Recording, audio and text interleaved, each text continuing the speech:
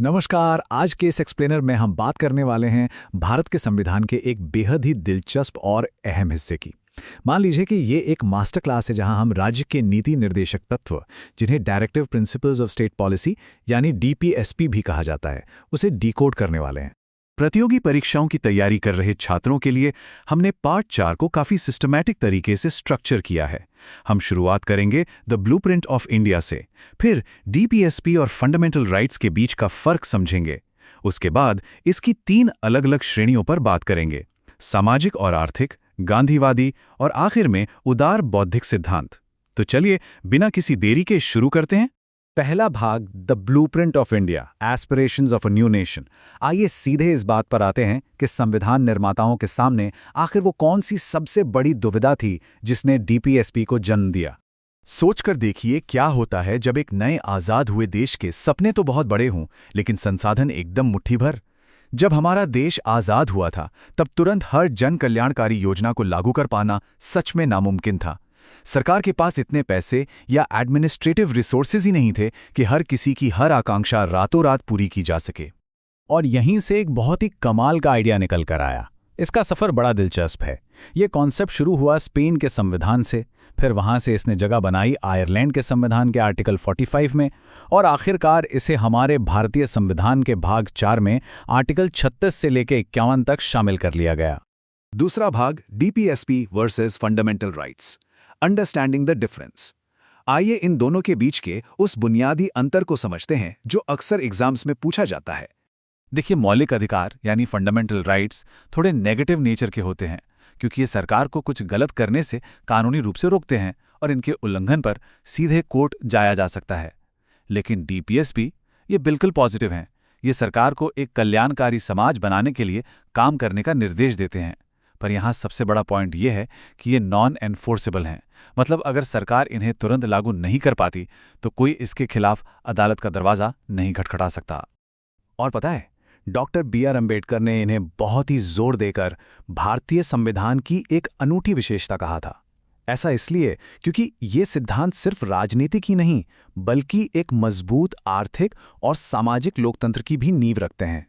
इनके इसी non enforceable वाले नेचर को समझाने के लिए मशहूर राजनीतिक विचारक के.टी. शाह का एक बहुत ही फेमस मेटाफर है। उन्होंने डीपीएसपी को एक ऐसे बैंक चेक की तरह बताया जिसका पेमेंट बैंक तभी करेगा जब उसके पास पैसे होंगे। कहने का सीधा सा मतलब है कि सरकार ये सारे वादे तभी पूरे करेगी जब उसके पास ऐसा करने के लिए पर्याप्त संसाधन होंगे। तीसरा भाग, 3 distinct DPSP categories, the expert framework. चलिए देखते हैं कि याद रखने के लिए हम इसे कैसे क्लासिफाई कर सकते हैं। यहाँ एक बहुत बड़ा कैच है, ध्यान दीजिएगा। खुद हमारे संविधान ने कभी भी इन आर्टिकल्स को किसी आधिकारिक कैटेगरी में नहीं बांटा। ये तो राजनीतिक विशेषज्ञों ने चीज़ों को आसान बनाने के लिए इन्हें 3 अलग-अलग बौद्धिक श्रेणियों में बांट दिया है।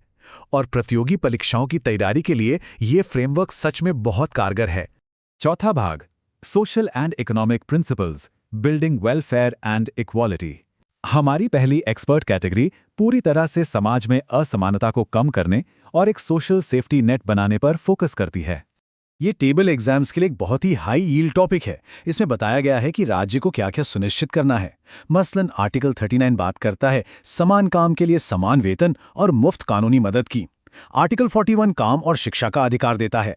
42 में काम की मानवीय परिस्थितियां और मैटरनिटी रिलीफ यानी मातृत्व राहत शामिल है।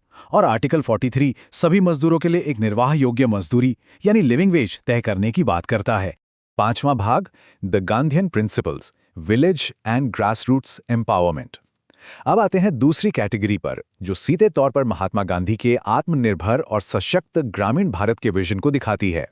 गांधी जी के जो भी सपने थे उन्हें राज्य के लक्ष्यों के रूप में इन आर्टिकल्स में शामिल किया गया, जैसे कि आर्टिकल 40 जो स्थानीय ग्राम पंचायतों के गठन की बात करता है। आर्टिकल 43B कोऑपरेटिव सोसाइटीज को बढ़ावा देता है। फिर आर्टिकल 46 कमजोर वर्गों और SC/ST के कल्याण पर फोकस करता है।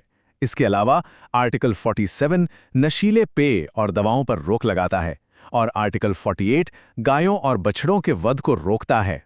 छठा भाग, liberal intellectual principles, modernising the nation.